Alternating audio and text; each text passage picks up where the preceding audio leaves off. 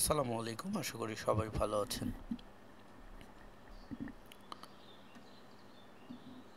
আজকে 12 জুলাই, অনেক দিন পরে একটা ক্লাস নিচ্ছি। এই মাসে ক্লাস নেওয়া হয়নি।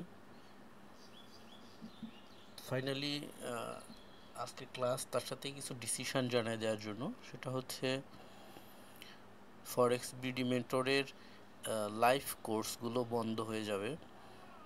নেক্সট পরবর্তীতে আর 40তম ব্যাচ শুধু হবে। এটাতে অনেক স্টুডেন্ট ভর্তি হয়ে গেছে অলরেডি। এরপরে আর কোনো ব্যাচ হবে না, অর্থাৎ এরকম আমজনতা নিয়ে ব্যাচ হবে না। দেখা যাবে যে মাসে 2 মাসে এরকম একটা হয়তো বা ব্যাচ হবে।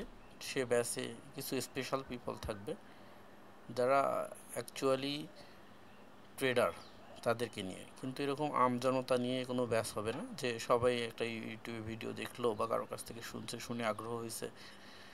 আর আমার একটা টার্গেট ছিল যে এরকম যারা লার্নার হয় তাদের কোনো আর্নিং সোর্স থাকে না, তো বাবা মায়ের কাছ থেকে, ভাই বোনের কাছ থেকে টাকা পয়সা নিয়ে লার্নিং করা শুরু করে। তো তাদের ক্ষেত্রে দেখা যায় যদি কোর্স ফি অনেক বেশি হয়ে যায়, তো তাদের জন্য ব্যাপারটা কষ্টসাধ্য হয়ে যায়। এজন্য আমি একটা জিনিস খেয়াল করেছি যে যদি একদম মিনিমাম লেভেলে একটা ছেলেকে সুযোগ দেওয়া যায়, সে যদি লার্নিং করে শিখতে পারে, তাহলে তার ক্যারিয়ারটা চেঞ্জ হয়ে যাবে। এই জন্য আমি যেটা করতাম যে একদম মিনিমাম লেভেলে কোর্স ফি, এত কম কোর্স ফিতে কেউ সম্ভবত এই স্টক মার্কেটের কাজ শেখায় না। তো তাতে যেটা প্রবলেম হয় সেটা হচ্ছে, মানে হয়টা এরকম, আপনারা হয়তো বা ফেসবুক মার্কেট প্লেসে দেখেছেন অথবা বিক্রয়.কমে দেখেছেন, কোনো একটা অ্যাড যদি আপনি দেন, যে সাপোজ আপনি কোনো একটা কিছু সেল করার জন্য অ্যাড দিয়েছেন। যেমন আমি লাস্ট কিছুদিন আগে, এই যে আমার এই সাইকেলটা ছিল ডোরি, বাংলাদেশে নাই, খুব একটা নেই, এই সরি ডোরি, এই যে এটা। হুম। তো বাংলাদেশে খুঁজে পাবেন না, হয়তো 10-12 জনের আছে। তো 40,000 টাকায় সাইকেলটা কেনা। তো ফাইনালি একটা সময় আসলো যে আমার আমি খুবই শৌখিন মানুষ, কিছুদিন পর পরই গাড়ি, সাইকেল, বাইক এগুলো চেঞ্জ করি।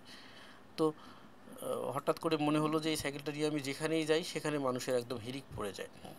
হ্যাঁ, মানুষজন একদম ঘিরে ধরে। তো জিনিসটা আমার কাছে খারাপ লাগা শুরু করলো যে না, এটা সেল করে দিব। সেল করার জন্য যখন অ্যাড দিয়ে দিলাম, তো অ্যাডের ক্ষেত্রে যেটা হলো, এত বেশি রেসপন্স অ্যাডে, মানে ইটস অ্যাভেলেবল অর নট, মানে বারবার মেসেজ আসতে আসে আসতে আসে, অনেক মানুষ এই সেই কত, এই কত, সেই কত, প্রাইস কত। কিন্তু এত মেসেজের অ্যান্সার দিতে আমি একদম বিরক্ত বোধ করতেছিলাম। তো যখনই প্রাইসে চলে যাচ্ছি যে প্রাইস কত, যেটা 40,000 প্রাইস, তখন অনেকেই বলতেছে এত ছোট টাকা, এটা তো বাচ্চাদের সাইকেল। তখন আবার মুড চেঞ্জ হয়ে যাচ্ছে। হ্যাঁ, যখন বলা হচ্ছে যে এটা প্রাইস 40,000 টাকা, তখন মুড চেঞ্জ হয়ে যাচ্ছে, বলছে না এটাতে বসলে কোমর ব্যথা করবে। ঠিক আছে, মানে আমি বাঙালিদের ক্যারেক্টারটা সম্পর্কে বলছি। ঠিক আছে, তখন এটাতে বসলে কোমর ব্যথা করবে। তারপরে আবার কি হচ্ছে, অনেক পিপল বলছে কি যে এটাতে ব্যাটারি কোথায়, যে ব্যাটারি হচ্ছে এই যে স্টিকটার মধ্যে।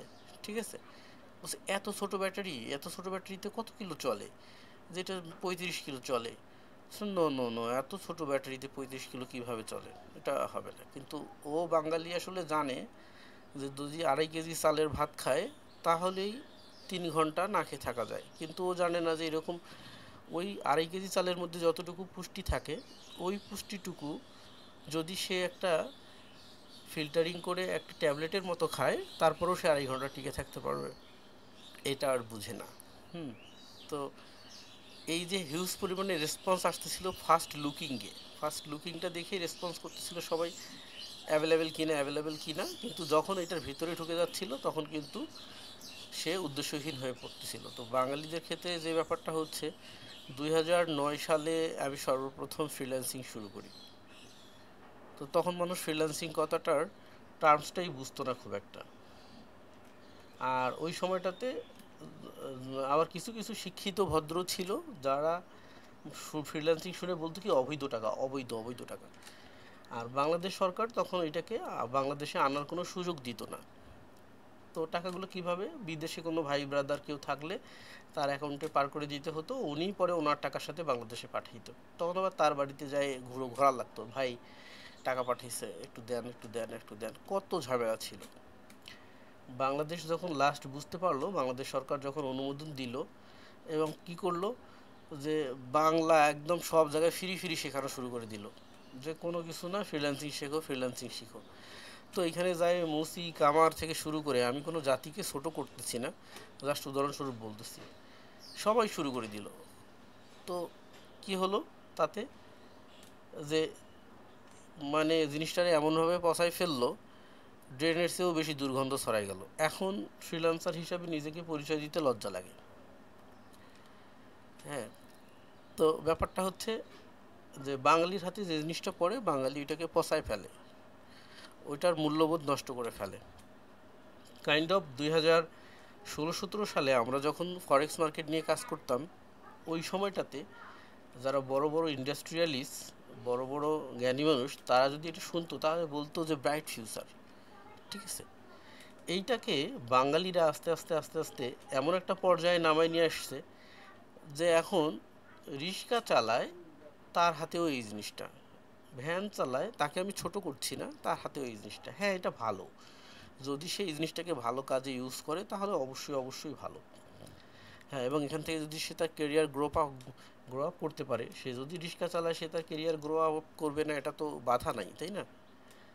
তো কি হলো, এই জিনিসটা কিন্তু এখন মাঠে ঘাটে পথে পাতারে সব জায়গায় যখন হয়ে গেল, তখন এই জিনিসটা একদম মূল্যহীন হয়ে পড়লো। তো আসলে সিনিয়র নেটিজেনরা বলে যে সব জিনিস সবার জন্য না, একটা লেভেলের পিপলের জন্য। এটা যদি ওই লেভেল থেকে নিচে নেমে যায় তাহলে ওইটার আর মূল্যবোধ থাকে না। একটা সময় বিরিয়ানি যখন নর্মাল কোনো হোটেলে, টিনের চালার হোটেলে বিরিয়ানি পাওয়া যাইতো না, 5 স্টার 4 স্টার হোটেলগুলোতে বিরিয়ানি পাওয়া যাইতো। তো ওই সময়টাতে মনে করেন বিরিয়ানির মূল্য ছিল, আর এখন কিন্তু বিরিয়ানি বাংলা হয়ে গেছে। তো এখন কিন্তু আর কেউ বিরিয়ানি ওই রেস্টুরেন্টে বসে খাইতে চায় না। যদিও 5 স্টার হোটেলে বিরিয়ানির মধ্যে এবং টিনের চালার হোটেলে বিরিয়ানির মধ্যে পার্থক্য আছে।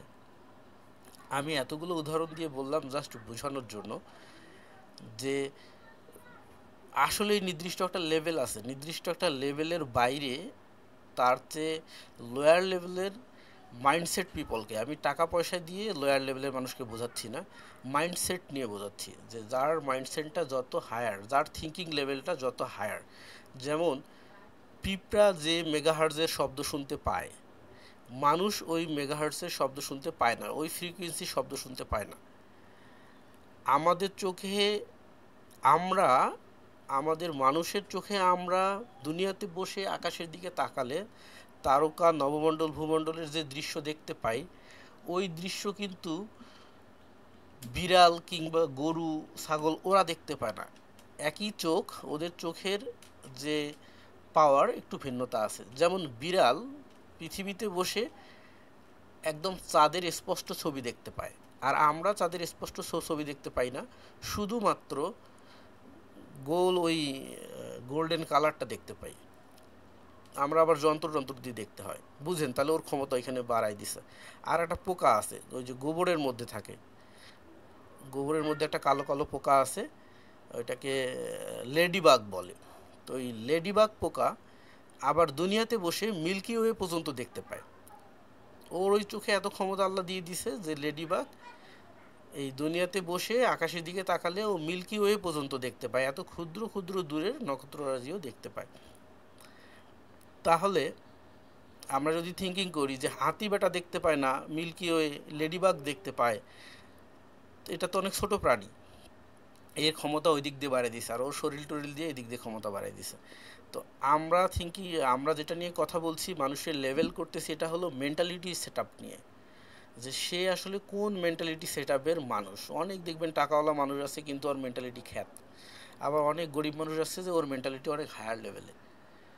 সো আমাদের এই জগৎটা, আমরা যে জগতে যে সমুদ্রে বসবাস করি, আমরা যেখান থেকে থিঙ্কিং করি ওয়ার্ক করার জন্য, কাজ করার জন্য, এটার দিকে সবাই ঝুঁকে পড়তেছে।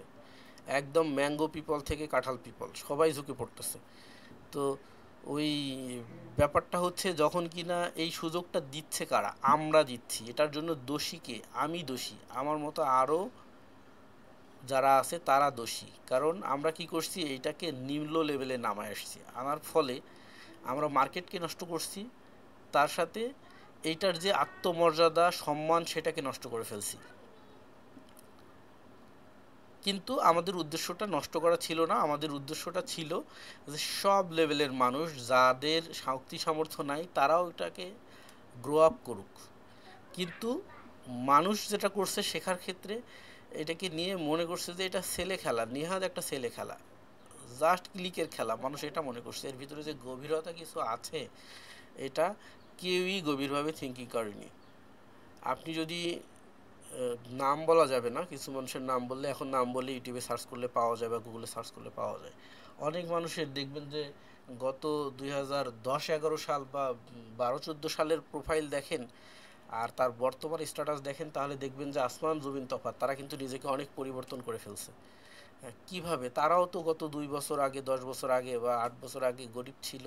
তো তারা কিভাবে নিজেকে চেঞ্জ করে ফেলছে? তারা প্রথমত আগে মাইন্ডসেটকে চেঞ্জ করছে, তারপরে লার্নিং পয়েন্ট চেঞ্জ করছে, করে সে আর্নিংয়ে গেছে। কিন্তু আমাদের এই বর্তমান সময়ে ছেলেপেলেরা যেটা হয়েছে যে আমি A+ পেতে চাই, তবে বই পড়তে চাই না। তো এইখানে হয়েছে যে আমি একদম ইলন মাস্ক হয়ে যেতে চাই। স্যার, আমি আপনাকে 2000 টাকা দিয়েছি, আমি আপনার এই কাছ থেকে এখন ইলন মাস্ক হয়ে যাই বা আম্বানি হয়ে যেতে চাই।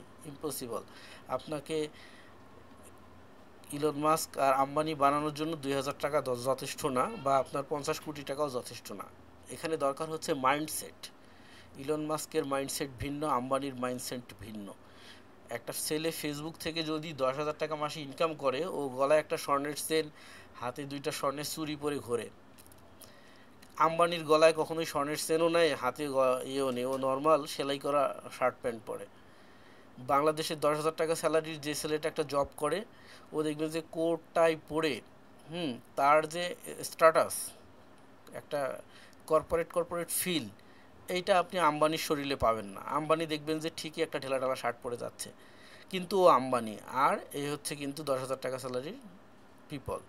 আমি কথাগুলো বলছি প্রতিদিন ক্লাসে, শুধু জাস্ট টপিক নিয়েই কথা বলি। আজকে এগুলো বলছি যে যাতে যারা এখন পর্যন্ত এই লেভেলটাতে ঢুকে আছেন, যেন মাইন্ডসেটটা চেঞ্জ হয়। মাইন্ডসেট চেঞ্জ না হলে, মাইন্ডকে গ্রো করতে না পারলে, আপনি আপনার এই বাহ্যিক বাইরে কখনো গ্রো করতে পারবেন না। সর্বপ্রথম মাইন্ডসেট চেঞ্জ করতে হবে। হ্যাঁ, আপনি খেয়াল করবেন যে যারা একটু নর্মাল লেভেলের, যাদেরকে আমরা মধ্যবিত্ত বলি, মানে গরিব না, মধ্যবিত্ত, অ্যাকচুয়ালি তারা কিন্তু গরিব।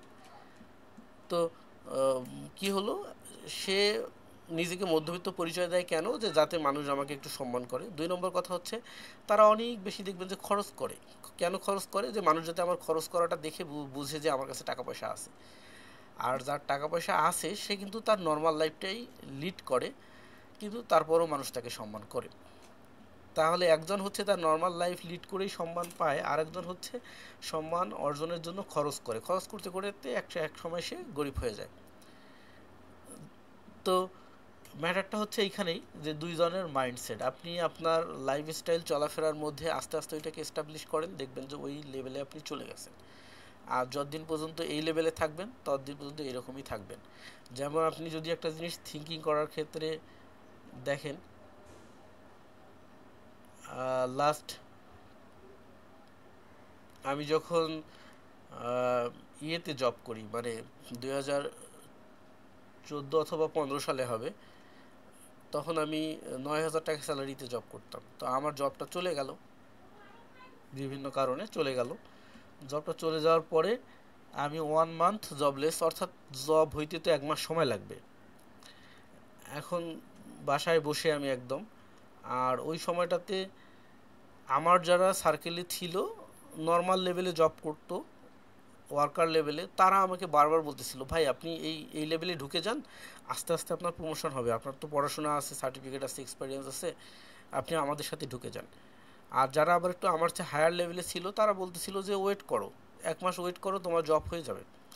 টেনশন করতেছো কেন? নিচের লেভেলে ঢুকো না, নিচের লেভেলে ঢুকলে তোমার মাইন্ডসেট চেঞ্জ হয়ে যাবে, তুমি ওই লেভেল থেকে বের হতে পারবে না। তো দুই দিকেই কিন্তু উভয়ই আমার ভালো চাচ্ছিল। যারা আমার যে লয়ার লেভেলে ছিল ওরা বলতেছিল যে লয়ার লেভেলে ঢোকার জন্য, কারণ যে কোনো মুহূর্তে লয়ার লেভেলে জব পাওয়া যায়। তো লয়ার লেভেলে জব করতে করতে একসময় আমার প্রমোশন হবে, ওরাও ভালো কথা বলছিল। আবার যারা হায়ার লেভেলে ছিল তারা বলতেছে ইম্পসিবল, তুমি যেটাকে ক্রস ওভার করে উপরে চলে আসছো ওইটাতে আর ঢুকো না, ওইটাতে ঢুকলে তোমার মাইন্ডসেট লো হয়ে যাবে, তখন তুমি আবার ওইটা থেকে বের হতে পারবে না। সো ওই যে মানে ড্রেস আপ, চলাফেরা, আমার বাসনভঙ্গি, আমার অ্যাটিটিউড ওইটা যাতে চেঞ্জ হয়ে না যায়, এই জন্য আমার বড়রা আবার ওইভাবে বলতেছিল। তো আমি ঠিকই 1 মান্থের মতো ওয়েট করলাম। 1 মান্থ ওয়েট করার পরে আমার একটা ভালো জায়গায় আবার জব হয়ে গেল, আমি আমার পূর্বের লেভেলে পুনরায় ফিরে গেলাম। ওই সময়টাতে যদি আমি যে না তাড়াহুড়া করে আমার ওই ছোট লেভেলে ঢুকে যাইতাম, তাহলে কি হতো, ওদের সাথে চলতে চলতে গা ঘেঁষাঘেঁষি করতে ওদের মতো মাইন্ডসেট কিন্তু আমার তৈরি হয়ে যাইতো, তখন কিন্তু আমার ওই লেভেল থেকে বের হয়ে আসাটা খুবই কঠিন হইতো। তো এই জন্য পরিবেশ পরিস্থিতি, মানুষের সাথে মেশা, কথা বলা, এগুলোর ক্ষেত্রে কিন্তু অনেক বড় একটা ম্যাটার ভেরি করে এখানে। যেমন আপনি থিঙ্ক করেন, জীবনানন্দ দাশের একটা কথা যদি আপনি ফিল করেন, যে উনি বলছে যে পৃথিবীতে টাকা রোজগার করতে গিয়ে মূর্খ আর বেকুবের সাথে দিনরাত গা ঘেঁষাঘেঁষি করতে করতে মনের শান্তি সমতা নষ্ট হয়ে যায়। কি করতে হয়, শান্তি আর সমতা নষ্ট হয়ে যায়। এই যে সমতা, এটাকেই বলছি আমি মাইন্ডসেট, মাইন্ডের লেভেল। মানে আমি টাকা পয়সায় আপনাকে ছোট বড় গরিবের কথা বলিনি, মাইন্ডসেট, মাইন্ড লেভেলের কথা বলছি। সমতা নষ্ট হয়ে যায়, কারণ আমরা কিন্তু ফোকাস করি ওই টাকার দিকে, আর্ন করতে হবে টাকা, কিন্তু কার সাথে মিশতেছি, কার থেকে নিচ্ছি, এইটা থিঙ্কিং করতেছি না। আমার ওই টাকাটা মুসির কাছ থেকে নিচ্ছি না একজন সুইপারের কাছ থেকে নিচ্ছি, কার কাছ থেকে নিচ্ছি, ওর সাথে চলাফেরা করেই তো আমার কাছ থেকে নিচ্ছে হচ্ছে, ওর সাথে গা ঘেঁষাঘেঁষি করে শুধু টাকার দিকে ফোকাস করে আমি কিন্তু মনের শান্তি আর সমতা নষ্ট করে ফেলতেছি। এটা কিন্তু কঠিন একটা কথা বলছে উনি মাত্র 1 লাইনের মধ্যে। তো এই জন্য যেটা করতে হবে, হ্যাঁ আমার আর্নিং পয়েন্ট টাকা, ঠিক আছে আমাকে টাকা আর্ন করতে হবে, তাই বলে আমি মুসলিম, আমি তো সুইপারে কাজ করে টাকা নিব না। তো এটা যদি বুঝেন, এটা যদি আপনার মাথায় ঢুকে, তাহলে আপনাকে এতটুকু ঢুকতে হবে যে আমি বর্তমান যে লেভেলে আছি তার সে লয়ার লেভেলে যায় টাকা ইনকামের চিন্তা করা যাবে না। যাই হোক, ওই দিকটাতে আমরা অনেক কথা বলছি, বের হয়ে আসলাম ওখান থেকে। সর্বপ্রথম কথা হচ্ছে, আমরা যে মার্কেটে আসি এই মার্কেটটা হচ্ছে হায়ার মাইন্ডসেটের পিপলের জন্য, আমি বারবার বলছি। তো আমরা যে লেভেলেই থাকি না কেন, আমরা যদি আমাদের মাইন্ডসেটটাকে চেঞ্জ করে হায়ার লেভেলে নিয়ে যেতে পারি, তবেই কিন্তু আমরা ওই লেভেলে অ্যাডজাস্ট হতে পারবো, আদারওয়াইজ পসিবল না। এর চেয়ে বেশি খুলে বললে, মানে সত্য কথা, প্রতিটা জিনিসের একটা পর্দা থাকে, সত্যের যদি সত্যকে উলঙ্গ করে দিলে সত্যের আর মূল্য থাকে না, সে ন্যাংটা হয়ে যায়। এই জন্য আর বেশি খুলে বলা যাবে না, যা বলছি এতটুকুই। এর মধ্যে যারা বুঝে নিতে পারবে তারা বুদ্ধিমান জ্ঞানী মানুষ, আর যারা বুঝে নিতে পারবে না তাদেরকে থিঙ্কিং করতে হবে যে আমার এটা ভালো করে বুঝতে হবে। সর্বপ্রথম আপনার লেভেলকে চেঞ্জ করে ফেলতে হবে, তাহলে আপনি এখানে ঢুকতে পারবেন, আদারওয়াইজ ঢুকতে পারবেন না। আর ফরেক্স বিডি মেন্টর থেকে এই লোকাল পিপলের কোর্সগুলো বন্ধ হয়ে যাচ্ছে, কারণ কাউকে প্রমোটেড করার বা কাউকে গ্রো করে দেওয়ার দায়িত্ব তো আল্লাহ আমাকে দেয়নি, আমাকে বলছে সত্যটা যদি বলতে পারি তো বললাম, কারো ক্ষতি যাতে না করি। সো এরকম হবে 2 মাস বা 1 মাসে কোর্স হবে, সেখানে হয়তো বা 1 জন 2 জন 5 জন 10 জন থাকবে, যাদের কোর্স ফিও থাকবে হাই লেভেলের 30 থেকে 35 হাজার টাকা, এবং তাদের মাইন্ডসেটটা থাকবে ওই লেভেলের। এবং একজন লার্নিং করবে, সে সাকসেস হবে, সে একজন সাকসেসফুল স্টক অ্যানালাইজার হবে। আর এখানে গরু বকরি ছাগল 1,000 2,000 1,200 টাকা দিয়ে কোর্স করবে, সে বুঝেই না আসলে মেন্টালিটি কি, তার মেন্টালিজম কি, এই কোনো কিছু না বুঝেই তার সাথে গা ঘেঁষাঘেঁষি করে সময় নষ্টের কোনো প্রশ্নই আসে না। আর সেকেন্ড থিং হচ্ছে একটা বয়সের ম্যাটার থাকে, হয়তো বা কিছুদিন আগে ছিল যে প্রচুর কথা বলতে ভালো লাগতো, মানুষকে মোটিভেট করতে ভালো লাগতো, এখন একটা বয়সের পরিবর্তন চলে এসেছে, এখন আর ওগুলো ভালো লাগে না। সেকেন্ড আর একটা থিং হচ্ছে যে ট্রেড করতেও ভালো লাগে না, যে ছোটো ছোটো ট্রেড, আমি অ্যাকচুয়ালি লং ট্রেড করি, শর্ট ট্রেডগুলো করে স্টুডেন্টদেরকে দেখাই, ছোটোগুলো করতেও আর ভালো লাগে না, মন মানসিকতা চেঞ্জ হয়ে গেছে, কারণ সবসময় ওই ইয়াটা ভালো লাগে না। তো এখন দেখা যায় যে অধিকাংশ ক্ষেত্রে প্রফিট লেভেল কমাই নিয়ে আমি ইনভেস্টমেন্ট করি, ঠিক আছে। তো ইনভেস্টমেন্ট লেভেলে ট্রেড করি, অর্থাৎ not scalping, not swing, not day trading, not position trading, investing করি। তো যখন আমি ইনভেস্টিং করতে যাচ্ছি, তো অর্থাৎ শান্ত মস্তিষ্কে থাকার চেষ্টা করতেছি, তখন এগুলো কাজ আর আমার ভালো লাগতেছে না। সো এই 1,000, 2,000, 3,000 টাকার জন্য 1 ঘন্টা ব্যয় করা আসলে আমার পক্ষে পসিবল না। আর এতদিন যেটা করে আসছি সেটা হচ্ছে স্টুডেন্টদের জন্য, যে যদি ছোটো ভাই ব্রাদার যারা শিখতে চায়, পরিচিত বা দেখালো ফ্রেন্ডের ছোটো ভাই বা অমুকের ছোটো ভাই, এরা যেন শিখতে পারে, এই জন্য। তো দীর্ঘদিন প্রায় অনেক দিন করে আসলাম, দ্যাটস এনাফ। আমার মনে হয় যে যথেষ্ট হয়েছে, আর দরকার নেই। তো লাস্ট আপনাদের 39-35-এর 2 নম্বর ব্যাচ, এটার এই মাস ক্লোজ হয়ে গেলে পরবর্তী তৃতীয় মাসে যদি দেখা যায় 10 থেকে 15 জন রিনিউ হয় তাহলে থাকবে, আদারওয়াইজ এটাকে ক্লোজ করে দেওয়া হবে। আর যেটা 39 ব্যাচ অলরেডি ক্লোজ হয়ে গেছে, 2টা ক্লাস বাকি আছে। এদিকে আপনাদের 40 ব্যাচে অনেক স্টুডেন্ট অলরেডি অ্যাডমিটেড হয়ে গেছে। তো বাই দ্য ওয়ে এটাকে শেষ করতেই হবে, 40 ব্যাচটা চলবে, এটা 15 তারিখ থেকে ক্লাস। এইটা শেষ হয়ে গেলে পরবর্তীতে এইভাবে আর কোনো কোর্স হবে না। আর 2 নম্বর হচ্ছে যে নর্মালি যেটা ছিল যে আমার ওই Telegram contact information, WhatsApp contact information দেওয়া ছিল, ওটাতে অনেকেই বাইরে থেকেও আমাকে নক করতো যে ভাইয়া এই জিনিসটা একটু বুঝাই দেন বা বলেন বা এই সেই। তো ওই সিস্টেমটাও বন্ধ হয়ে যাবে। আমি তো আমার প্রথম লাইফ থেকে আমি কাউকে সিগন্যাল প্রোভাইড বা কোনো কিছু করি না, শুধু দেখা যায় কেউ আস্কিং করলে হেল্প করতাম। তো ওই সিস্টেমটাও বন্ধ হয়ে যাবে, কারণ হচ্ছে এরকম অনেক জায়গা আছে, তারা ওখান থেকে নিতে পারবে, কোনো সমস্যা নেই। শুধুমাত্র যারা স্টুডেন্ট আমার ছিলেন পূর্ব পরিচিত, এই গত 9-10 বছরে যাদের সাথে রিলেশনশিপ তৈরি হয়ে গেছে, তাদের জন্য রাস্তাটা ওপেন থাকবে। যে মানে তাদেরকে যদি মাঝপথে ছেড়ে দিই তাহলে তারা হাবুডুবু খাবে, এই জন্য তাদের জন্য রাস্তাটা ওপেন থাকবে। তারা কন্ট্যাক্ট করবে, এবং তারা কন্ট্যাক্ট করলে আমি রিপ্লেও করব। আদারওয়াইজ নতুন কন্ট্যাক্ট যদি কোনো আসে তাহলে ওগুলোতে রিপ্লে করব না, ওইটাকে ওই সিস্টেম করে ফেলবো ইনশাল্লাহ। সো সবার জন্য যেটা রিকোয়েস্ট, লাস্ট ক্লাসে যতগুলো আমি ইন্ডিকেটর প্রোভাইড করেছি এবং যতগুলো কথা বলেছি, তার মধ্যে হোমওয়ার্ক যদি দেখি তো 1%ও রিটার্ন আসেনি। অর্থাৎ আমি যখন একটা পাইন কোড আপনাদেরকে প্রোভাইড করি, একটা পাইন কোড ডেভেলপ করার জন্য সর্বপ্রথম কি কষ্টটা করতে হয়, সাপোজ মনে করেন যে এটা একটা স্ট্র্যাটেজি, ওপেন করি, মার্কেটকে আগে ঘুরতে হয়, মার্কেট ঘুরে ঘুরে আগে দেখতে হয়, মার্কেট ঘুরে দেখে দেখে যে কিভাবে কি করলে ভালো হচ্ছে খারাপ হচ্ছে এটা যখন বোঝা যায়, তখন ওইটার ভ্যালুগুলোকে কালেক্ট করে মার্কেটের লজিকগুলোকে নোট করা হয়, নোট করে তারপরে এরকম একটা শিট তৈরি করা হয়, এটা হলো কি স্ট্র্যাটেজি ডেভেলপমেন্টের আগে, নিউ স্ট্র্যাটেজি, ঠিক আছে। এই নিউ স্ট্র্যাটেজি আগে তৈরি করা হয়, নিউ স্ট্র্যাটেজিটা তৈরি করার পরে এইটাকে আমি বুঝতেছি যে এটার মধ্যে লজিক কি, এটার মধ্যে কন্ডিশন কি। এখন এটা যদি আমি গল্প আকারে কোনো স্টুডেন্টকে বোঝাই, বাস্তবেও দেখাই, সে কিন্তু এটা পুরোটা মাথায় রাখতে পারবে না। 10টা পয়েন্ট শুনলে সে 2টা ভুলে যাবে, 8টা তার মাথায় রাখবে, যে একটু নর্মাল তার 7টা মাথায় রাখবে, যে আর একটু নর্মাল সে 5টা মাথায় রাখতে পারবে। সো সে ফুলফিল শিখতে পারবে না। এইটাকে আবার পরবর্তীতে কি করা হয়, কোড করা হয়, কোড করে সেটাকে, এই যে কোড করা হয়েছে, কোড করার পরে আবার কি করা হচ্ছে, এই কোড করার পরে এই কোডটাকে আবার টেস্টিং করা হচ্ছে। আমি মাঝে মধ্যে ভিডিওতে দেখাইছি আপনাদেরকে কীভাবে টেস্টিং করি।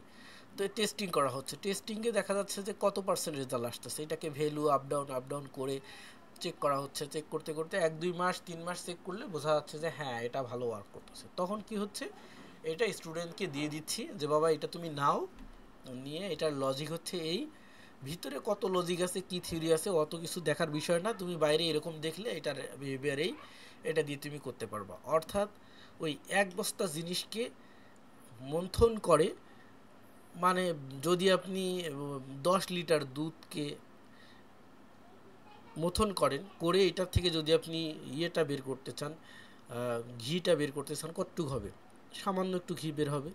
তো ওই যে এতগুলো স্ট্র্যাটেজি এত কিছু থিঙ্কিং করে সামান্য এই জায়গাটাতে নিয়ে আসা হয়েছে, এসে তারপরে এটা স্টুডেন্টকে দেওয়া হচ্ছে। স্টুডেন্টের এটা পাওয়ার পরে দায়িত্ব কি, সে এটা পাবে, পাওয়ার পরে সেইটাকে নিবে, নিয়ে যতটুকু সে বুঝতে পারছে, আমি 10টা টপিক বলছি, সে 10টার মধ্যে কয়টা পিক করতে পারছে সেইটার উপরে বেস করে সে এটা নিয়ে ওয়ার্ক করবে।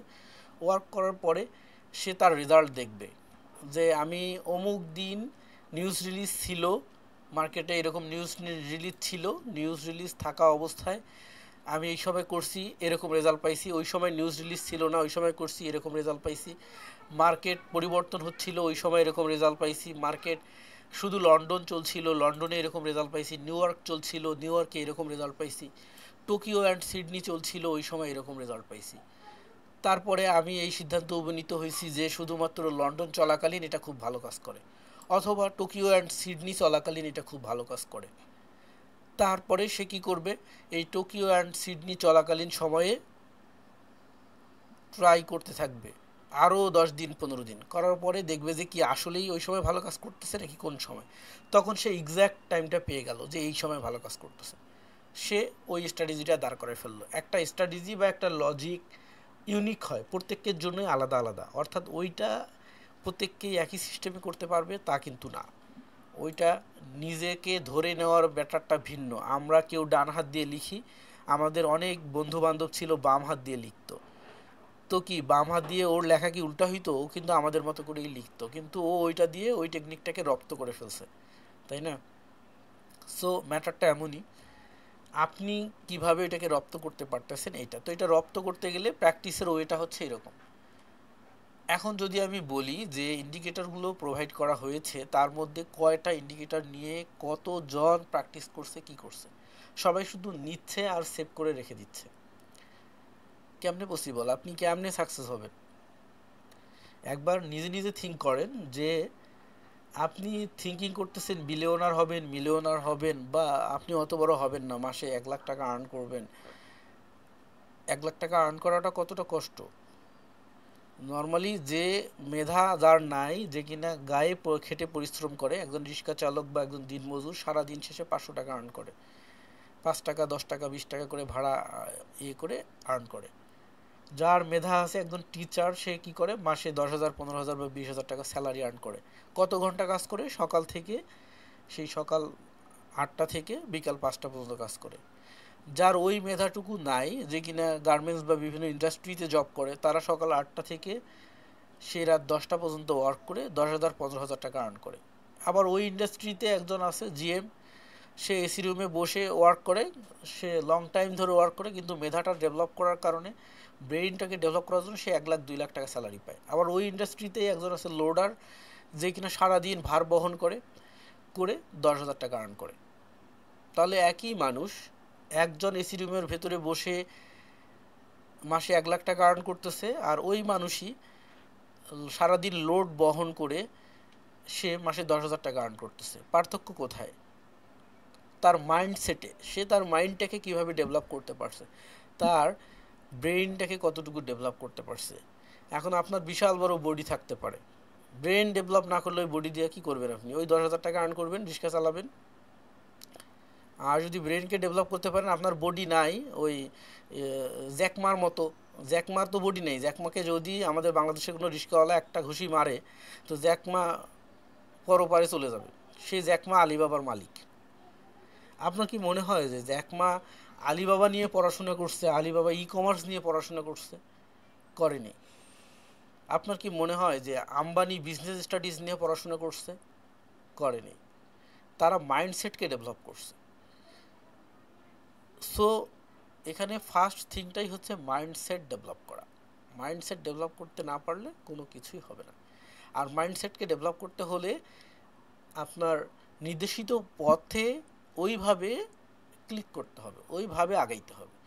আদারওয়াইজ আপনি ওই 30 দিন ইংরেজি শিক্ষা বই কিনছেন, ঘরের মধ্যে ফালা রাখছেন, 50 বছর হয়ে গেছে, বয়স বুড়া হয়ে গেছে, আপনি ইংরেজি শিখতে পারবেন না।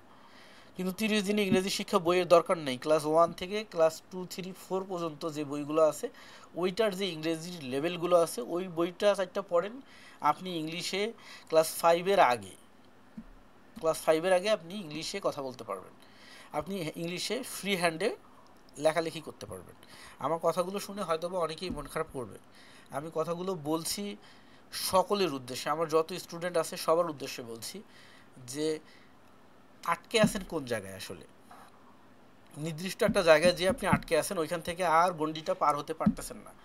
আপনার মনে হচ্ছে এই তো আমিও কাজটা পারি আবার পারি না, পারি আবার পারি না, আমি আর্ন করি আবার আর্ন করতে পারি না, আমি প্রফিট করি আবার লস করি। কেন, ওই কোন জায়গায় আটকে আছেন আপনি অ্যাকচুয়ালি? এইটা খুঁজতে যেয়ে আপনি পাচ্ছেন যে আমার ইমোশন কন্ট্রোলের সমস্যা, অনেকেই বলতেছে যে ইমোশন কন্ট্রোলের সমস্যা, অনেকেই বলছে যে মানি রুলস ফলো করতেছো না, অনেকেই বলছে যে ফান্ডামেন্টাল অ্যানালাইসিসটা ফলো করতেছো না, অনেকেই বলছে যে দেখো তোমার অ্যানালাইসিসে গ্যাপ আছে, অনেকেই বলছে যে না না তোমার ল্যাপটপটা খারাপ, কেউ আবার বলছে যে তোমার নেটওয়ার্ক খারাপ। সব মানে বাহ্যিক দিকগুলো সবাই দেখাই দিচ্ছে, বাহ্যিক দিকগুলো। ওই বাহ্যিক দিকে পরিবর্তন করে কোনো লাভ হবে না, আপনার মাইন্ডসেটকে পরিবর্তন করে ফেলতে হবে। আপনি থিঙ্কিং করেন আজকে থেকে যে এ পর্যন্ত আমি যা করছি দ্যাটস ক্লোজ, এই চ্যাপ্টার এখান থেকে ক্লোজ। আজকে থেকে আমার কাছে রেকর্ড আছে, আমার কাছে ইন্ডিকেটার আছে, আমার কাছে বুকস আছে, আমি আজকে থেকে একজন নিউ স্টুডেন্ট, আমি এর আগে কোনো কিছুই জানি না, আজকে থেকে নতুন করে শুরু করলাম। এবং 10টা ক্লাস 10 ঘন্টা, এইটাকে আপনি 10 দিনে দেখেন, স্টেপ বাই স্টেপ। দরকার হলে একটা ক্লাস দেখেন, এক সপ্তাহ পরে আরেকটা ক্লাস দেখেন, একটা ক্লাসের ফুলফিল হোমওয়ার্কগুলো করেন, যেভাবে দেখাইছি যতটুকু দেখাইছি ওইভাবে সেট আপ করে 10 দিন ওইটাকে দেখেন, তারপরে আর একটা দেখেন, ওইটা নিয়ে 10 দিন দেখেন, এইভাবে 10-10-100 দিন দেখেন যান, একদম হায়ার ম্যাক্সিমাম বলছি, যেখানে 10টা ক্লাস 10 দিন দেখলেই এনাফ, তো আপনি 10-10-100 দিন দেখেন, তারপরে দেখেন আপনি ফেলিওর হন কি না, হবেন না। এখানকার যে সবচেয়ে বড় মাথা মোটা সেও ফেলিওর হবে না। বাট যদি এরকম করে নেন আর সেভ করে রাখেন, নেন আর সেভ করে রাখেন, আর সবার একটা ইয়ে কি, আমার মন রক্ষার জন্য স্টুডেন্টেরা কি করে, আমার মন রক্ষার জন্য দেখা গেল যে আজকে একটা সেট আপ পাঠাইছি, তার মধ্যে একটা ছবি নিয়ে বলবে স্যার এটা ম্যাজিকের মতো খুব ভালো কাজ করতেছে, ঠিক আছে, যাতে আমি মনে করি যে এই স্টুডেন্টটা প্র্যাকটিস করছে, এ ভালো বুঝতেছে। তারপরে আবার ও কিন্তু 15-20 দিন আর কোনো খোঁজখবর নাই, ঘুমাবে। তারপরে আবার একটা সেট আপ দিব, তখন বলবে যে আগেরটা ভালো কাজ করতেছিল, এটা ভালো কাজ করতেছে না, যাতে আমি বুঝতে পারি যে সে প্র্যাকটিস করে দেখছে। তারপরে আবার দিব, তখন বলবে যে না এটা খুব ভালো কাজ করতেছে, ওইটা কাজ করতেছে না। কিন্তু ব্যাপারটা হচ্ছে ওই আমার বেবি আছে, আমার বেবির বয়স হচ্ছে 5 বছর, তো ও মাঝে মধ্যে আমাকে বোকা বানায়। তো ও যে বোকা বানাচ্ছে আমি তো এটা বুঝতে পারি, আমি তো ওর বাবা। অনেকে বলে না একটা খারাপ ভাষায় যে দাদাকে শিখায়, বাবা, দাদা তো বাবাকে জন্ম দিছে, তারপরে তো নাতির জন্ম হয়েছে, তো দাদাকে যদি ওই কাজ শেখায়, তো ব্যাপারটা হচ্ছে এরকম। স্টুডেন্টদের এগুলো তো আমি বুঝি, কিন্তু আমাকে ফাঁকি দিয়ে আপনার কোনো লাভ আছে? আপনি যদি আমার কাছে ভালো হতে চান, আপনি আমার কাছে ভালো হলেই লাভ কি, আমি বলবো ছেলেটা ভালো। আপনি যদি আমার কাছে খারাপ হন, আমি বলবো ছেলেটা খারাপ, দ্যাটস এনাফ, এতটুকুই। আপনার ভালো হতে হবে আপনার কাছে, আপনার নিজের কাছে আপনি ভালো কিনা, আপনি আপনার নিজের কাছে প্র্যাকটিস করে আপনি স্যাটিসফাইড কিনা, আপনি নিজে যতটুকু শিখছেন এতটুকু কাজ করে আপনি স্যাটিসফাইড কিনা, আপনি নিজের কাছে ভালো হন, তাহলেই এনাফ। সো এইভাবে অমুকটা ভালো তমুকটা ভালো দিয়ে তো কাজ না, প্রতিটাই ভালো, কারণ কোনটা ভালো কোনটা খারাপ এটা তো আমি জানি, জিনিসটাকে আমি তৈরি করছি। সো আমি এটা সম্পর্কে খুবই ভালো জানি, এজন্য কোনটা ভালো কোনটা খারাপ এটা যখন একজন মতামত দেয়, তখন আমি বুঝতে পারি যে সে কোন লেভেলটুকু বুঝতে পারছে। আপনাকে যেটা করতে হবে, প্রতিটাই ভালো, প্রতিটাই ভিন্ন ভিন্ন কাজের জন্য ভালো। চিনি মিষ্টি খাওয়ার জন্য ভালো, লবণ এই লবণাক্ততার জন্য ভালো, আবার গ্রিন পেপার ঝালের জন্য ভালো। এখন যদি আপনি বলেন যে চিনির চেয়ে লবণ ভালো, লবণের চেয়ে ঝাল ভালো, তাহলে তো হয় না। তিনটা হলো তিন ধর্মের, প্রত্যেকটা ভিন্ন ভিন্ন কাজের জন্য। আমি আপনাকে সবগুলো প্রোভাইড করছি এজন্য যে একটা হচ্ছে আপনাকে স্থলপথে নিয়ে যাবে, একটা আপনাকে জলপথে নিয়ে যাবে, আর একটা আপনাকে আকাশপথে নিয়ে যাবে। সো আপনি কোনটাতে স্বাচ্ছন্দ্য বোধ করতেছেন, আকাশপথে যেতে, স্থলপথে যেতে, নাকি জলপথে যেতে? অর্থাৎ আমি আপনাকে 3 ধরনের ইন্ডিকেটর, 3 ধরনের সফটওয়্যার, 3 ধরনের কোড প্রোভাইড করেছি এজন্য যে আপনার কাছে কোন কোডটা আপনার মাথায় সহজেই ঢুকতেছে, যেটা আপনার মাথায় সহজেই ঢুকবে আপনি ওইটা নিয়েই থাকবেন, ওইটা নিয়েই আপনি ডেভেলপ করবেন। আর যদি আপনি এরকম চামচ নিয়ে টেস্ট করা শুরু করেন যে এইটা মিষ্টি লাগলো, ওইটা ঝাল লাগলো, আর ওইটা একটু লবণাক্ত লাগলো, তাহলে আপনার কাছে এমনটা মনে হবে এইটা ভালো, তারপরে ওইটা ভালো, তারপরে এটা ভালো। আই থিঙ্ক আমার কথাটা বুঝতে পারছেন, আমি একদম সহজ বাংলায় উদাহরণ দিয়ে বোঝানোর চেষ্টা করছি। তো মজার ব্যাপার যেটা হচ্ছে, এরকমটা করা যাবে না, যে কোনো একটা লেভেল নিয়ে থাকতে হবে। এবার আপনি থিঙ্কিং করবেন যে স্যার আপনিই বলে দেন কোনটা ভালো। আমি প্রতিটা ক্লাসে বলে দিই যে এইটা এই কাজের জন্য ভালো, এটা এটার জন্য ভালো, এটা স্কাল্পিংয়ের জন্য ভালো, এটা ডের জন্য ভালো, এটা সুইংয়ের জন্য ভালো, আর এটা হলো সবার জন্য ভালো। যেমন আপনি লাস্ট আমাকে 1 ইয়ার ফলো করেন, লাস্ট 1 ইয়ার যদি ফলো করেন তাহলে দেখবেন যে আমি এই সেট আপটা অলওয়েজ প্রতিটা সময়ই আমার ওপেন করলে আপনারা দেখতে পান। খেয়াল করেন, এবার থিঙ্কিং করেন, তাহলে আমার কাছে অবশ্যই এটা ভালো লাগে, নাহলে আমি এটাকে নিয়ে সবসময় পড়ে থাকি কেন। আমি ক্লাসে এরকম কনক্লুশন করে দেই যে কনফ্লুয়েন্স কিভাবে সৃষ্টি করতে হয়। কনফ্লুয়েন্স কিভাবে সৃষ্টি করতে হয়, কনফ্লুয়েন্স জিনিসটা কি? কনফ্লুয়েন্স জিনিসটা হচ্ছে যে একটা ডিসিশন নেয়ার সময়, আমাদের এই মার্কেটে কাজ করা মানেই তো একটা সঠিক ডিসিশন নেয়া। সঠিক ডিসিশন যে নিতে পারে না সে তো ফেইলর। তো সঠিক ডিসিশন নিতে গেলে কনফ্লিউশন সৃষ্টি করতে হয়। কনফ্লিউশন কিভাবে সৃষ্টি করতে হয়, যেমন সাপোজ একটা ছেলের বিয়ে হবে, তো বিয়ে হওয়ার সময় সে ওখানে কী কী বিষয় থিঙ্ক করে। যদি ছেলের একটা ছোটো ভাইকে পাঠানো হয় মেয়েটাকে দেখার জন্য, তো দেখে সে বলবে যে ভাইয়া বিয়ে কিন্তু করা যায়, মানে হবু ভাবি মেয়ে অনেক সুন্দর, সে কিন্তু আর অন্য কোনো কিছুই দেখবে না, মেয়েটা কেমন সুন্দর সেটা দেখবে। এবার যদি ওই বাসায় মেয়েটাকে দেখার জন্য দাদাকে পাঠানো হয়, তো দাদা দেখে আসবে কি তাদের বংশ বুনিয়াদ কেমন, তারা কোন বংশের, তারা পূর্বে তাদের ফ্যামিলি ব্যাকগ্রাউন্ড কেমন ছিল, তারা কেমন কি করে না করে এই সেই। এইবার যদি ওইখানে আপনার বাবার লেভেলে বা চাচার লেভেলে কাউকে পাঠানো যায়, সে কি দেখে আসবে, সে দেখে আসবে মেয়ের বাবা বা চাচারা কি লেভেলের বিজনেস করে অথবা জব করে, তাদের ধন সম্পত্তি কতটুকু আছে। কেন এই পার্থক্যটা বলেন তো? এই পার্থক্যটা হচ্ছে বয়সের পার্থক্যের কারণে। যে ছেলেটা আপনার ছোট ভাই দেখে শুধু সৌন্দর্য দেখে আসছে, ওর বয়স হচ্ছে 18 থেকে 20। এই বয়সটাতে মানুষ সৌন্দর্য বাহ্যিক দর্শন দেখে পছন্দ করে, আর অন্য কিছু থিঙ্কিং করতেই পারে না। দাদা কি করছে, অনেক বেশি এক্সপেরিয়েন্সড হয়ে গেছে, দাদা জানে, দাদার এজ 50-60 বছর, দাদা জানে যে যদি ভালো বংশ না হয়, বুনিয়াদ যদি ভালো না হয়, তা ওটা থেকে ভালো ফল হয় না। নতুন নতুন যারা বড়লোক হয়ে যায়, কোটিপতি হয়ে যায়, টাকা পয়সা গজায়, তাদের তো আচার আচরণ জানেনই আপনারা। তো এই জন্য দাদা কি করে, বংশ বুনিয়াদ দেখে আসে। যদি বংশ বুনিয়াদ ভালো হয় তাহলে কি হয়, টাকা পয়সা না থাকলেও তার যে লেভেল, তার যে থিঙ্কিং লেভেল, তার যে ম্যাচুরিটি লেভেল, তার যে মাইন্ডসেট, এটা ভালো হয়, তার থেকে একটা ভালো রেজাল্ট আশা করা যায়। এই জন্য দাদা আবার ওইটা থিঙ্ক করে, অর্থাৎ গভীর পেছনে থিঙ্কিং করে, গভীর সামনে ফিউচার দেখে। এবার বাবা কেমন বয়স হয়, বাবার বয়স দেখা যায় 30 থেকে 50-এর মধ্যে। তো এই 30 থেকে 50 বছর বয়সে মানুষ সবচেয়ে কী করে, আর্নিং করে। এই সময়টাতে আর্নিং, ইনকামের থিঙ্কিংটা সবচেয়ে বেশি থাকে। এই জন্য ও যায় দেখে যে আমি তো একটা বিজনেস করি। আসলে ওই মেয়ের বাবা, সে কি বিজনেস করে না জব করে, তার কত টাকা আছে, কি আছে। তাহলে 3টা লেভেল থেকে 3 ধরনের রেজাল্ট পাইলাম না আমরা।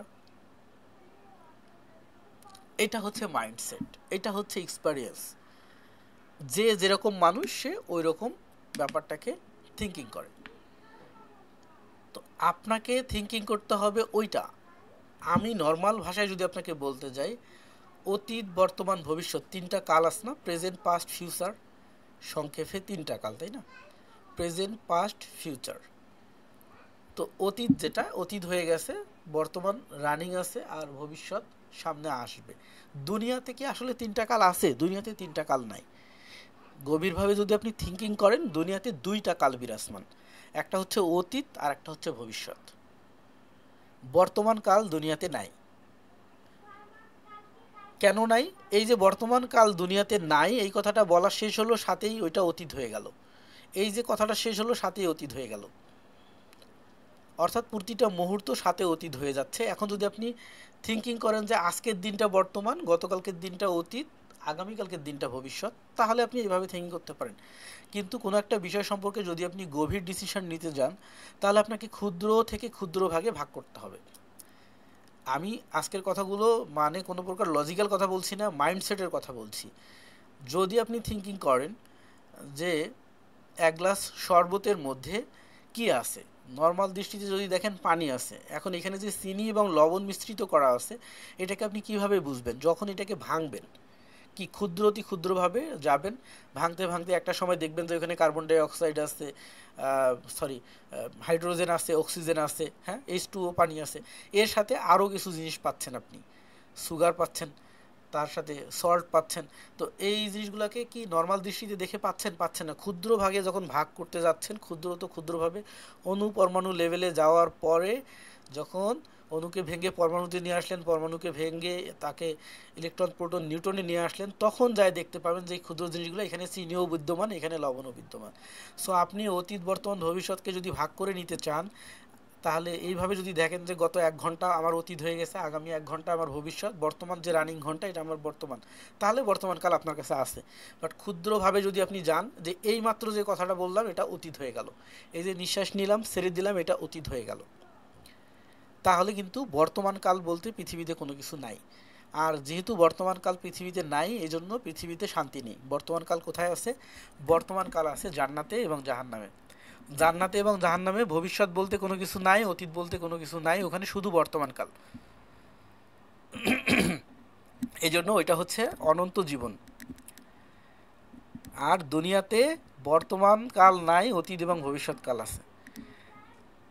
এগুলো গভীর কথা, ওইদিকে গেলে আলোচনা আগামী 10 দিনেও শেষ হবে না। সো আমি সংক্ষেপ করি, এই মার্কেটের সাথে আসলে অতীত বর্তমান ভবিষ্যতের সম্পর্ক কি। আর দাদা মেয়ে দেখতে গেল আর বাবা মেয়ে দেখতে গেল, দুইজন দুই ধরনের ডিসিশন নিল, এর মধ্যে পার্থক্য কি? সর্বপ্রথম কথা হচ্ছে দুনিয়াতে অতীত এবং ভবিষ্যৎকাল আছে। ভবিষ্যৎকে যদি আপনি প্রেডিকশন করতে চান তাহলে আপনার অতীত দেখতে হবে, অতীতের উপরে বেস করে ভবিষ্যতের জন্ম হবে। অর্থাৎ আমের আঁটি যদি আপনি জমিতে লাগান বা কাঁঠালের বীজ জমিতে লাগান, কাঁঠাল গাছ হবে। আর যদি আপনি আমের আঁটি লাগান তাহলে আমের গাছ হবে। তো অতীত কোনটা? হচ্ছে এই আঁটিটা, এই বীজটা। যখন যদি আপনি কাঁঠালের বীজ না আমের বীজ চিনেন না, জানেন না, এটা যদি লাগান তাহলে ভবিষ্যতে কিসের গাছ হবে, কিসের ফল হবে আপনি এটাও বলতে পারবেন না। তো আপনাকে অতীত থিঙ্কিং করতে হবে, অতীত থিঙ্কিং করলে আপনি ভবিষ্যৎটা বের করতে পারবেন। সেম এই যে দাদা অতীতটা থিঙ্কিং করে আসছে, ভবিষ্যৎটা বলে দিতে পারছে, এই মার্কেটের ক্ষেত্রেও আপনাকে অতীত দেখতে হবে। অতীত দেখলে আপনি ভবিষ্যৎ প্রেডিকশন করতে পারবেন।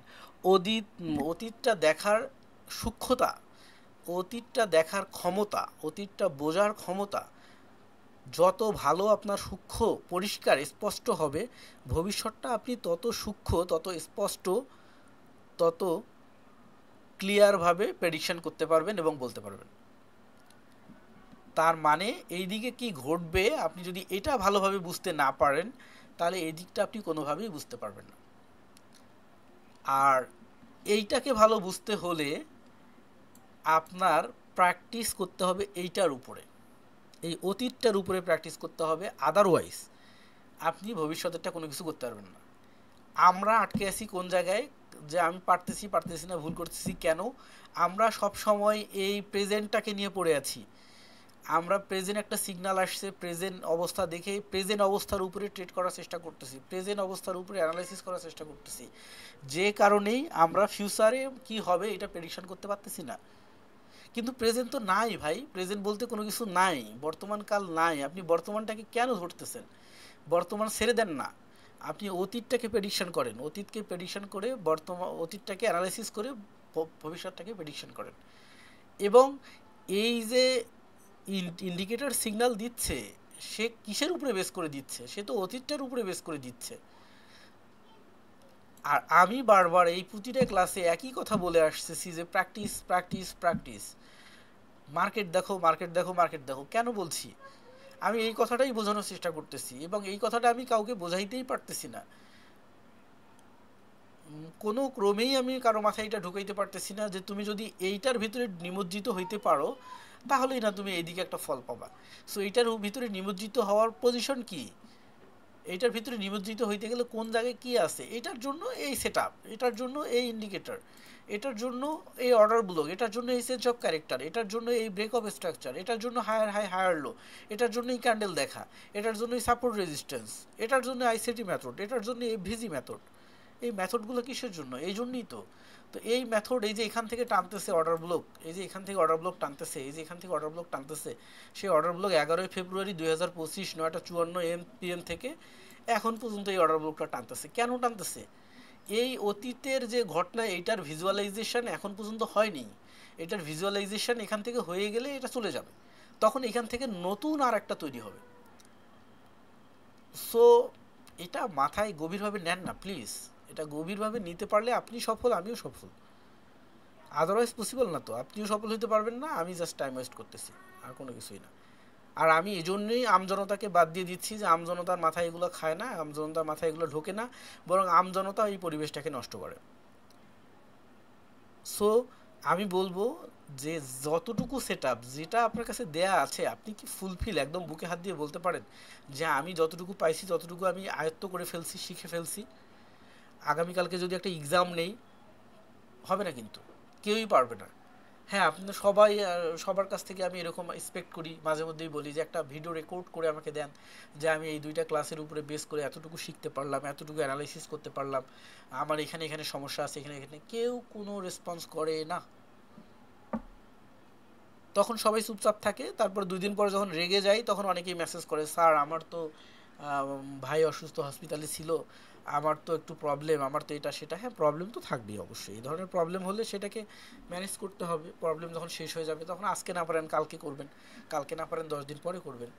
হ্যাঁ, কিন্তু এই যে আমার কাছে ফাঁকি দিয়ে তো আপনার লাভ নেই। কারণ আপনি যদি ফাঁকি দিয়ে আপনি কেরিয়ার গ্রো করতে না পারেন, আমার কোনো ক্ষতি নেই, আমার 1 টাকাও লস নেই। শুধু আমার এটাই যে আমি যা শেখাইছি আপনি শিখতে পারেননি, এটা আমার একটা মানসিক বিষণ্ণতা, যে আমি হয়তোবা শেখাইতে পারিনি। আর আপনার লস, আপনার লসটা আপনাকে বুঝতে হবে। সো ইনস্ট্রাকশন কি? ইনস্ট্রাকশন হচ্ছে যে যেহেতু এরপরে পরবর্তীতে আর কোনো কোর্স হবে না, সেক্ষেত্রে আপনাদের যেটা করতে হবে, এটার মধ্যেই সব কমপ্লিট করে নিতে হবে। এটার মধ্যেই সব কমপ্লিট করে নিতে হবে। আমি বলবো ফার্স্ট টু লাস্ট রিভিউ করেন সবাই, ফার্স্ট টু লাস্ট রিভিউ করেন। যে এইখানে স্যার প্রথম ক্লাসে আপনি 3টা টপিক নিয়ে আলোচনা করছেন, টপিক 3টা আমি ধরতে পারছি, এই 3টা টপিক নিয়ে আমি প্র্যাকটিস করছি, করার পরে আমি এটা বুঝতে পারছি। সেকেন্ড ক্লাস আপনি এইগুলো টপিক নিয়ে আলোচনা করছেন, এর মধ্যে এই ঘটনা। গ্রুপে লিখতে যদি এরকমটা মনে হয় যে গ্রুপে লিখবো, আমারটা যদি ভুল হয় আরেকজন দেখে হাসবে, কোনো সমস্যা নেই, পার্সোনালি SMS করেন, ঠিক আছে? তাহলে আমি বুঝতে পারবো যে আপনি কোন লেভেলে আছেন। আমি টোটালি এই 8টা ক্লাস বা 9টা ক্লাসে ডেলিভার করছি 20টা পয়েন্ট, 20টা জিনিস ডেলিভার করছি। আপনি এই 20টার মধ্যে কয়টা পিক আপ করতে পারছেন? যে আপনি 20টার মধ্যে 10টা পিক আপ করতে পারছেন। এটার 10টার মধ্যে হজম করতে পারছেন কয়টা, অর্থাৎ রিয়েলাইজ করতে পারছেন কয়টা? 5টা রিয়েলাইজ করতে পারছেন। তাহলে আমি বুঝতে পারবো যে হ্যাঁ, বাকি 5টা পয়েন্ট, আরও যে 10টা পয়েন্ট পিক আপ করতে পারিনি, এই কটা সম্পর্কে আরেকটু আলোচনা করলে মনে হয় ছেলেটা ভালোভাবে ধরতে পারবে, তাহলে মনে হয় একটু ভালো হয়, তখন আমি ওইটা নিয়ে আলোচনা করব। আদারওয়াইজ এটা একটা একপাক্ষিক হয়ে গেছে, যে আমি দিয়ে যাচ্ছি, আপনি নিয়ে সেভ করে রাখতেছেন, হয়তো বা 2টা 3টা প্র্যাকটিস করতেছেন, করার পরে 5টা প্রফিট 5টা লসের একটা স্ক্রিনশট আমাকে পাঠাচ্ছেন। আমি কি বুঝবো যে আপনি 5টা যে ট্রেড নিলেন, কোন জায়গায় নিলেন, কিভাবে নিলেন, কেন ক্লোজ করলেন, কেন লস হলো, কেন প্রফিট হলো? কিছুই তো বুঝলাম না। আমি শুধু দেখলাম যে 10টার মধ্যে 5টা উইন। তো ঠিক আছে, প্রাথমিক একটা পর্যায়ে যে হ্যাঁ ছেলেটা করতেছে প্র্যাকটিস, বোঝা যায়। বাট এটা গভীর লেভেলে যদি আপনি আমাকে বুঝাইতে যান যে স্যার 10টা লেভেল ট্রেড করছি, 5টা লস 5টা প্রফিট হয়েছে, তো লস যে হইলো, কোন জায়গায় নিলেন, কেন নিলেন, কিভাবে নিলেন, এটা না দেখলে, না বুঝলে আমি কিভাবে আপনাকে এটা সমাধান দিব? আপনার ভুলটা কিভাবে ধরবো? তাহলে এটা আপনার কিভাবে নেওয়া উচিত? নেওয়া উচিত কেমন করে? নেওয়া উচিত যে আপনি একটা ট্রেড নিয়েছিলেন এই জায়গায়, আপনি এন্ট্রি করছিলেন এই জায়গায়, তারপরে আপনি ক্লোজ করছেন এই জায়গায়, এসএল ছিল এই জায়গায়। এখন আপনার যখন ট্রেডটা ক্লোজ হয়ে গেছে, আপনি এইভাবে মার্ক করেন, মার্ক করে এই জায়গাটাতে লেখেন যে এটা এসএল, বা না লিখলেও হবে, আমি দাড়ি দেখলেই বুঝতে পারবো, ঠিক আছে? দিয়ে এইদিকে মার্কেট এদিকে আসে অনেকটা, এবার আপনি এটাকে স্ক্রিনশট নেন সুন্দর করে, নিয়ে আমাকে পাঠান যে স্যার আমি তো এখানে এই order block, bearish order block দেখে এখানে আবার এখানে বিয়ারিশ ইয়ে ছিল, ইঙ্গালস ছিল, এখানে আবার সিগন্যালও সেম পজিশনে আসছে, ঠিক আছে? আবার মার্কেট এখানে দেখতে পাচ্ছি যে একদম হাই লেভেলে ঠেকে গেছে, তো আমি এই চিন্তা করে এখানে ট্রেড নিয়েছিলাম। তারপরে স্যার এটা আমার উইন হয়েছে। হ্যাঁ, মার্শাল্লাহ, গুড, আপনার ডিসিশন ঠিক ছিল। যদি এখানে ডিসিশন ভুল হয় তাহলে আমি বলে দিব যে কিন্তু তারপরও এই জিনিসটা সতর্ক থাকার লাগবে। হ্যাঁ, আপনি বলেন যে স্যার আমি এখানে এন্ট্রি নিয়েছিলাম, এটা স্টপ লস হিট করছে, আমি এখানে থিঙ্কিং করছিলাম এটা কিন্তু অর্ডার ব্লক ছিল দেখি নাই, তো বা অর্ডার ব্লক ছিল আমি তারপরও নিয়ে নিয়েছিলাম, মনে হয়েছিল এটা এই কারণে হবে, কিন্তু এটা হইলো না কেন, আপনি একটু দেখে যান। তাহলে কিনা আমি এটা সমাধান দেবো। এইভাবে আপনি 100টা ট্রেড করেন, তাহলে 100 ধরনের সমস্যার সমাধান হয়ে যাবে। একটা ব্যাচে 10 জন স্টুডেন্ট যদি থাকেন, তো 1000 সমস্যার সমাধান হয়ে যাবে, আপনারা পারফেক্ট হয়ে যাবেন। কিন্তু যদি ওইভাবে না করে জাস্ট একটা স্ক্রিনশট পাঠান যে এখানের মধ্যে 10টার মধ্যে 5টা উইন 5টা লস, এটা দেখে আমি কী বুঝবো আপনি কী বুঝে ট্রেড নিছেন, কী বুঝে না নিলেন, কোন জায়গায় নিলেন, কীভাবে বুঝবো? অনেকে আবার স্ক্রিনশট দিবে এইটুক, এই মানে এই বক্সের সমান এইটুকু স্ক্রিনশট দিবে। এখানে কি আছে? এখানে আমি ব্যাক পিছনে কিছু দেখতে পাইতেছি না, কেমনি করব? হ্যাঁ, যদি টাইম দেখা যায় তাহলে না একটু ইয়ে করা যায় যে নিজের মার্কেটে বের করে দেখা। অত ধৈর্য কি আর থাকে যে নিজের মার্কেটে ওই জায়গায় যাবো, যাই দেখবো? সো আপনাকে যেটা করতে হবে, এইটা পুরোটা স্ক্রিনশট দিতে হবে। আপনি জানেন সরকারি জব করার ক্ষেত্রে অনেকেই জবে ডাক পায় না কেন? বা যে কোনো জব করার ক্ষেত্রে জবে ডাক পায় না কেন? কারণটা হইল কি, ওরা তথাকথিত দোকানে যায় একটা সিভি তৈরি করে নেয়। যে ছেলেটা সিভি তৈরি করে দেয় কম্পিউটারের দোকানে বসে, ও আন্ডার মেট্রিক অথবা মনে করেন মেট্রিক, তো ওর কাছে সিভির 2টা ফর্মেট আছে, আপনাকে দেখাবে ভাই কোনটা নেবেন, কয় এইটা, আর এইটার মধ্যে ওর নাম, গ্রাম, কয় সালে পাস করছে কি বসায় দিয়ে দিল, ও এইটা এনে অ্যাপ্লাই করে। How is it possible job পাওয়া আপনার জন্য? কারণ একটা জব যে লেভেলের জন্য চাইছে কোম্পানি, অর্গানাইজেশন যে লেভেলের জন্য চাইছে, ওখানে তার একটা জব রেসপন্সিবিলিটি আছে, জব ডেসক্রিপশন আছে, যেটাকে জেডি বলে। জব যেটা রেসপন্সিবিলিটি, এটা হচ্ছে আপনার বাধ্যতামূলক, এই দায়িত্ব আপনাকে পালন করতে হবে। আর যেটা জেডির জব ডেসক্রিপশন, জব ডেসক্রিপশন হচ্ছে এই জবের সাথে আউটার এই কাজগুলোও থাকে, এগুলোও করতে পারলে ভালো। তাহলে আপনার সিভিটা তৈরি করতে হবে ওইভাবে, ওইটার আঙ্গিকে, যে ওইখানে যেগুলো জিনিস চাইছে ওইগুলো জিনিসের উপরে আপনি এক্সপার্ট দেখাই দিতে হবে সিভিতে। ওই জিনিসগুলো আপনি আগের কোম্পানিতে আগের জবে করে আসছেন। তখন না ইন্ডাস্ট্রিয়ালিস্ট যখন দেখবে সিভিটা দেখে বলবে হ্যাঁ এই ছেলেটা আমাদের সাথে যায়, তখন আপনাকে ডাকবে। আপনি এখন তথাকথিত আন্ডার মেট্রিক একটা ছেলের কাছ থেকে একটা সিভি বানায় প্রিন্ট করে নিয়ে এসে পাঠাই দিলেন, আপনাকে ডাকবে? কখনোই ডাকবে না। এই যে বাঙালিদের ভুলগুলো দেখেন।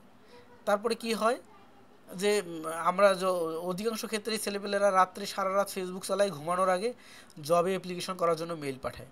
ভাই মেইলটা পাঠানোর একটা সময় আছে, মেইলটা আপনাকে কখন পাঠাইতে হবে? একটা অফিস শুরু হয় কখন? 9টায় শুরু হয়। তো অফিসে 9টায় ঢুকে একজন কর্মকর্তা ঢুকে সর্বপ্রথম একটু ফ্রেশ হয়, চা খায়, তারপরে ডেস্কে বসে মেইল চেক করতে বসে। আপনাকে মেইলটা ঠিক 9:30টার দিকে পাঠাইতে হবে, তাহলে আপনার মেইলটা সবার উপরে থাকবে। কারণ ওনাকে আরও অনেক মেইল মানুষ পাঠাইছে, সব মেইলগুলোর নিচে আপনি যদি রাত 3টার সময় মেইল পাঠান, সেই মেইলটা তো আপনার নিচে পড়ে থাকবে। আপনি বিকাল 5টার সময় মেইল পাঠিয়েছেন, তারপরে সারা রাত অন্য মানুষ মেইল পাঠিয়েছে, সেই মেইলটা নিচে পড়ে আছে। উনি কর্মব্যস্ততায় ঢুকে গেছে, আপনার মেইলটা ওই সময় পড়বে না, ভালো করে রেসপন্স পাবেন না।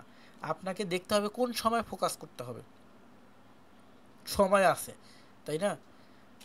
তারপরে কি, যখন আমরা সরকারি একটা জবে অ্যাপ্লাই করি, তখন কি করি, রিটার্নের জন্য একটা খাম দিয়ে দেই ভেতরে। অর্থাৎ সরকারি অফিসে যারা থাকে ওরা লাট, বিশাল বড় লাট, রাজা বাদশা সম্রাট, ওরা কি করে, ওরা আপনার জন্য খাম কিনে আনবে, খামে ভরবে, তারপরে আপনাকে যে জবে ইনভাইট করবে তার লেটার পাঠাবে। ওদের এত ধৈর্য নেই। ওরা কি করে, যখন যারা স্মার্ট তারা কি করে, নিজের অ্যাপ্লিকেশনটা পাঠায়, অ্যাপ্লিকেশনের সাথে একটা এক্সট্রা খাম পাঠায়, সেই খামের উপরে আবার ফিরতি যে ঠিকানা, ওর কাছে চিঠিটা আসবে সেই ঠিকানাটাও লিখে দেয়, স্টাম্প লাগায় দেয়, ঠিক আছে, যাতে চিঠিটা পোস্ট অফিসে পড়ে না থাকে। তাহলে কি হয়, কর্মকর্তার কাছে যখন যায় চিঠিটা পড়ার পরে, তখন দেখে যে না এই ছেলে সব রেডি করেই পাঠাইছে, তখন কি করে, ওই চিঠিটা ওর ফেরত চিঠিটা ওর ভেতরে ঢুকাই দিয়ে জাস্ট আঠা লাগাই দিয়ে পাঠায় দেয়। আর একজন কিছুই করেনি, সে শুধু অ্যাপ্লিকেশন করছে, তাহলে কেমনি কি, ওর কাছে কি ওটা কার দায়িত্ব পড়ছে যে এরকম এরকম করে পাঠাবে? কারো ঠেকা পড়ছে? সরকারি কর্মকর্তারা যে পরিমাণ লেজি, তাহলে এই যে পদ্ধতি, আপনি বেসরকারি একটা জবে অ্যাপ্লাই করবেন, তার জন্য আপনাকে কি করতে হবে, ঠিক সিস্টেমগুলোকে ফলো করতে হবে, যে ওদেরকে এটা বুঝাইতে হবে যে আপনি যেটা চাচ্ছেন ওইটাই আমি, আপনি যেটা খুঁজতেছেন ওইটা আমি, এইটা যদি বুঝাইতে পারেন তাহলে আপনার জব হবে। আর যদি ওইটা বুঝাইতে না পারেন, ও চাইছে যে আমার একজন কম্পিউটার অপারেটর লাগবে, আর আপনি সিভিতে লিখছেন যে আমি বিসিএস ক্যাডার, আমি অমুক অমুক জায়গায় এই করছি, আমি অমুক অমুক বিষয় নিয়ে থিজিস করছি, এই করছি, অমুক করছি, থমুক করছি, আপনাকে নিবে না। কারণ ওর দরকার একজন কম্পিউটার অপারেটর। বিসিএস ক্যাডার কি আর ওই কথা শুনবে? বা মাস্টার্স পাস একটা ছেলে ওই কথা শুনবে? আপনাকে ওইখানে আপনি মাস্টার্স পাস হলেও আপনার মাস্টার্সের সার্টিফিকেট দেওয়া যাবে না। ওই জবের জন্য এসএসসি পাস বা ইন্টারমিডিয়েট পাসের জন্য চাইছে যোগ্যতা আপনাকে মাস্টার্সের সার্টিফিকেট লুকায় ফেলতে হবে, ইন্টারমিডিয়েট সার্টিফিকেটই দিতে হবে, অর্থাৎ ও যেটা চাচ্ছে ওকে এটা বুঝাইতে হবে আপনি যেটা চাচ্ছেন ওইটাই আমি। ভাই মানুষের সাথে রিলেশনশিপ করতে হলেও মানুষকে এটা বুঝাইতে হয় যে বন্ধু তুমি যেভাবে চলাচল করো ওইটাই আমি, তুমি যেটা পছন্দ করো ওইটা আমি পছন্দ করি, তুমি যেটা পছন্দ করো না ওইটা আমি পছন্দ করি না, তাহলেই না তার সাথে ফ্রেন্ডশিপ হয়, আদারওয়াইজ ফ্রেন্ডশিপ হবে? ব্যাপারটাকে গভীরভাবে থিঙ্কিং করেন। প্রতিটা ক্ষেত্রে প্রফেশনালিজম যদি মেনটেন করতে না পারেন, প্রফেশনালি যদি জিনিসটাকে ধরে নিতে না পারেন, আপনার পক্ষে কোনো কেরিয়ারেই সফল হওয়া সম্ভব না। আপনি লেবু বিক্রেতা রাস্তায় বসে যদি লেবু বিক্রি করতে চান, সেখানে যদি আরেকজনকে সার করে না ডাকেন, সুন্দর করে সম্মান না করেন, আপনার লেবুর দোকানেও কাস্টমার আসবে না। আজকের ক্লাসে অনেক কথা বলছি, আই থিঙ্ক আপনাদের মাইন্ডসেট পরিবর্তনে অনেকটা কাজে আসবে। আর যদি না আসে তাহলে আমি ব্যর্থ, আমি বলতে পারিনি, বুঝাইতে পারিনি।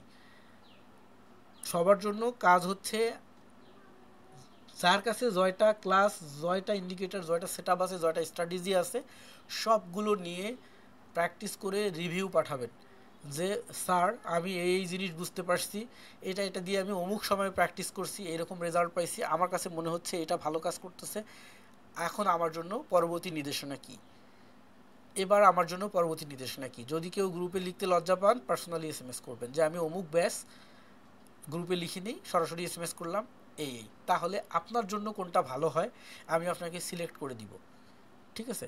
আদারওয়াইজ উপরে উপরে ঘুরে কোনো লাভ হবে না, বরং আমি বিরক্ত হব। তখন আপনার ওই এসএমএস পড়ে আমি বুঝতে পারবো যে আপনার ধরন কী অবস্থা, আপনি কী অবস্থায় আছেন, আপনার মাইন্ডসেট কোন লেভেলে আছে। তখন দেখা যাবে আপনাকে আমি অ্যাভয়েড করে ছেড়ে দিব আস্তে আস্তে। সো সবার জন্য শুভকামনা থাকলো, দয়া করে ইনস্ট্রাকশনগুলোকে ফলো করেন, সবার জন্য ভালো হবে, সবার জন্য ভালো হবে, ইনস্ট্রাকশন ফলো করেন।